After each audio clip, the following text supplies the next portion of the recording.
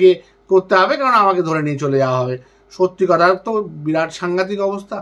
যেরকম আজকে আমাদের একজন মাননীয় ইস্কনের প্রভু মহাপ্রভু একজন সন্ন্যাসী, তিনি আজকে রাজদ্রোহের অপরাধে বাংলাদেশে জেলে রয়েছেন এবং তাকে জামিন অযোগ্য ধারায় মামলা দেওয়া হয়েছে। সোমবারে ওনার জামিন পাবেন কিনা তা নিয়ে যথেষ্ট সন্দেহ রয়েছে।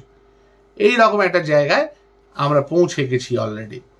তারপর এলো 9ই আগস্টের পর থেকে ঘটনাগুলি। এবার এই ঘটনাতে একদিকে যেমন ডাক্তারদের, বিশেষ করে জুনিয়র ডাক্তারদের এবং সিনিয়র ডাক্তাররাও ছিলেন, তাদের এই আন্দোলন এতটাই মিডিয়াকে নাড়া দিল যে সেই সময় কিছুটা ব্যাকফুটে চলে গেলেন শাসক এবং কেন্দ্রীয় রাজনীতিবিদেরা।